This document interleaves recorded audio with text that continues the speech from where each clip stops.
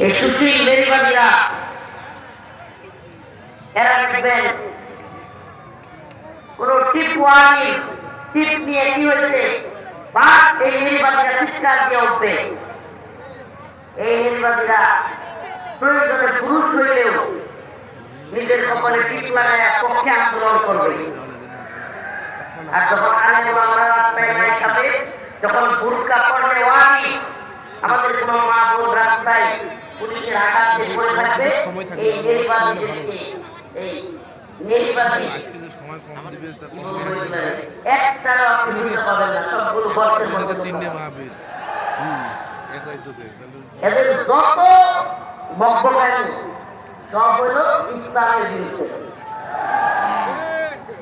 ইসলামের পক্ষের শক্তি যখন কোনো বিপদে পড়বে এই নির্বাচীদের খুঁজে পাবেন না, উল্টা পাল্লে আরো বিরোধিতা করবে।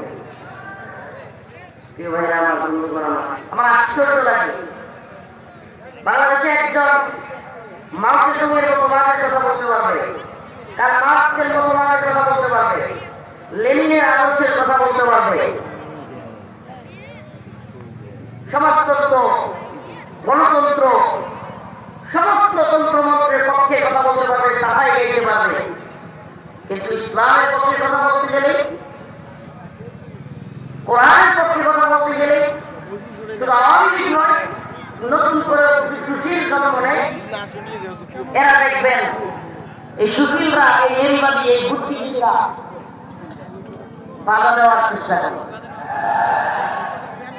আমি জানতে চাই বাংলাদেশের কাল মার্ক্সের কথা যদি চলে, লেনিনের কথা যদি চলে, মাওসের কথা যদি চলে, বিভিন্ন তন্ত্র মন্ত্রের, সমাজতন্ত্র, গণতন্ত্র, এগুলোর কথা যদি কেউ বলতে পারে, তাহলে অবশ্যই আমরা এদেশে ইসলামের বিজয়ের কথা, কোরআনের বিজয়ের কথা, আল্লাহর দ্বীনকে সমুন্নত করবার কথা বলবই।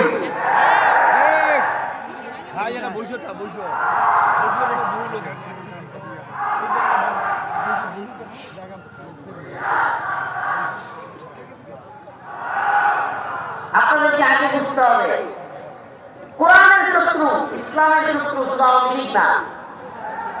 এই মুমিন জাতি যদি এটা বুঝবে, এই মুসলিম সমাজ যদি এটা বুঝবে, শুধু আওয়ামী লীগ দল বা নির্দিষ্ট কোন নাম এদেশের ইসলামপন্থীদের শত্রু না।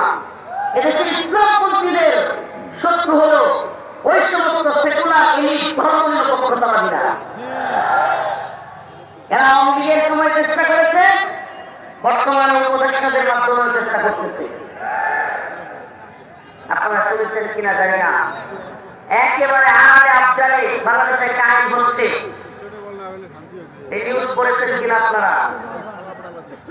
এখন থেকে বাংলাদেশে কোন মেয়ে অনেক ইচ্ছাকৃত প্রেগনেন্সি, নাউজুবিল্লাহ, কথাটা একটু কিরকম, অনেক ইচ্ছাকৃত প্রেগনেন্সি যদি হয়ে যায়, সে চাইলেই হসপিটালে গিয়ে গর্ভপাত করতে পারবে।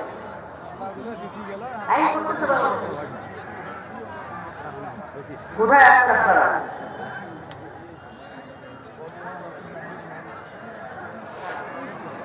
আপনাদের কাজটা কি? আপনাদের কাজটা কি? এই যে ক্ষেত্রটা যা বেশি ওরা মঞ্চে দিয়ে দেন, আস্তে আস্তে অল্প সময় কথা বলবো বলছিলেন।